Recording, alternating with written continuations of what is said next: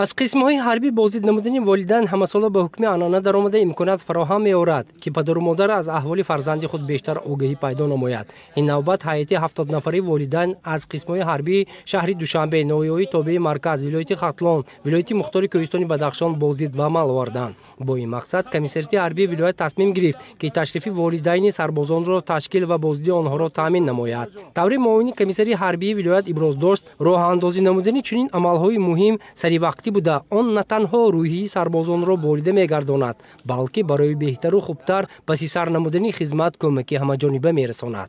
дар ҳақиқат ин иқдоми пешгирифтаи асосгузори сулҳу ваҳдати миллӣ, пешвои миллат, сарфармондаи олии қувваҳои мусаллаҳ, президенти ҷумҳурии Тоҷикистон муҳтарам Эмомалӣ Раҳмон, ки падару модар аз ҳолу фарзандони худ бахабар шуданд, шароити онҳоро диданд, ҷои зисту хоби онҳо ва хурду хӯроки онҳо дида намуданд ва аз ин чорабини ин ташкил ки дидорбини гузашт хеле шод шуданд ва миннатдории худро ба асосгузори сулҳу ваҳдати миллӣ, президенти ҷумҳурии Тоҷикистон муҳтарам Эмомалӣ Раҳмон ва раиси вилояти Суғд, инчунин роҳбарияти вазорати мудофиаи ҷумҳурии Тоҷикистон миннатдории худро баён доштанд.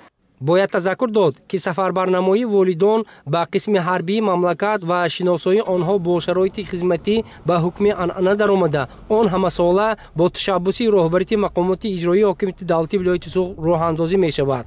ин имкон медиҳад то волидон аз наздик бо фарзандони худ, ки дар қисмҳои ҳарбии мамлакат қарор доранд, дидорбинӣ намоянд. шароити онҳо дида намуданд, ба фарзандонашон ҳамсӯҳбат шуданд.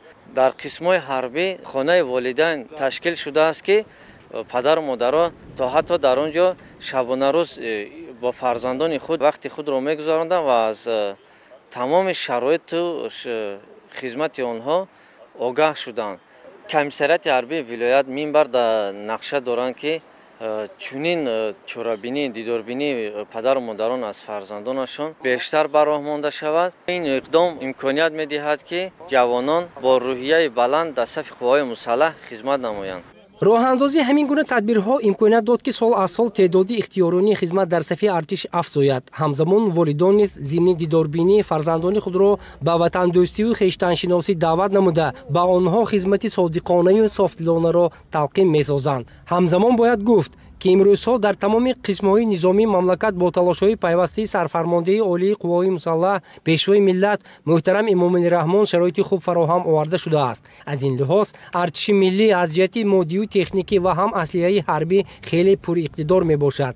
дар сафи артиши миллӣ ҷавонони ҷасуру далери ватан бо ҳисси баланди ватандориву хештаншиносӣ хизмат менамоянд.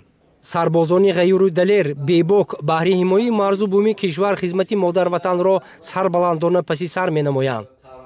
хизмат ин мактаби мардонагӣ мебошад. бояд маҳорату истеъдодҳои ҷангӣ дар ин ҷо ёд мегирӣ, ки барои ҳар як мард муҳим мебошад. ман аз хурдӣ орзу доштам, ки ба сафи қувваҳои мусаллаҳи ҷумҳурии Тоҷикистон шомил шавам ва ба орзуи худ расидам. имрӯз хизматро бо сари баланд иҷро намуда истодам. волидайни сарбозон аз ҷойҳои хоб, шароити зисти сарбозон, ошхона ва ғайраҳо боздид ба амал оварда боварӣ ҳосил намуданд, ки дар ҳақиқат имрӯз қисмҳои ҳарбӣ на танҳо мактаби маҳорату малака, балки обутоби ҷисмонию рӯҳии ҷавонон гардида, шароит барои онҳо ҳаматарафа муҳайё мебошад. имрӯз мо якчанд нафар волидайн барои дидан ба вилояти Мухтори Кӯҳистони Бадахшон, шаҳри Душанбе, вилояти Хатлон, ноҳияи 5 омадем. имрӯзҳо дар қисмҳои низомӣ шароити хизмат хеле хуб буда, сарбозон бисёр дар шароити хуб қарор доранд. сарбозонро дидем, ҷойи шароиташонро дидем, ҷойи хобашонро дидем, хурду хӯрокҳоро дидем. раҳмат ба командирҳои қисми ҳарбӣ, ки чунин шароитҳоро барои сарбозон фароҳам оварданд. волидайни сарбозон бо боварӣ иброз доштанд, ки ҳифзи марзу бӯми кишвар дар дасти ҷавонони нерӯманд ва ояндадор қарор дорад. ифтихор аз он мебояд кард, ки ҷавонони бебок барои ҳимояи кишвари хеш ҳамадам омода ҳастанд. маҳз обутоби ҷисмонӣ, аз худ намудани маҳорати ҷангӣ имконият фароҳам меорад, ки ҳар лаҳза сарбозон қодиранд ҳама гуна монеаро бе душворӣ паси сар намоянд. сарбозон хӯроки аввалҷо куриш, нон, авқотҳои бамаза тайёр кардан, ки мо бевосита در همه آشخانه سربازان استعمال کرده استاده دیدیم چشیدیم مزه شد مزهش به مزه. این بازگاه از آن است که بس سربازان شرایط مهیا است. افزایش اختیاریان امروز در قوای مسلح نشانی آن است که در واقع نیروی مسلح از حساب جوانان وطن دوست یک نهاد توانا را تشکیل می‌دهد.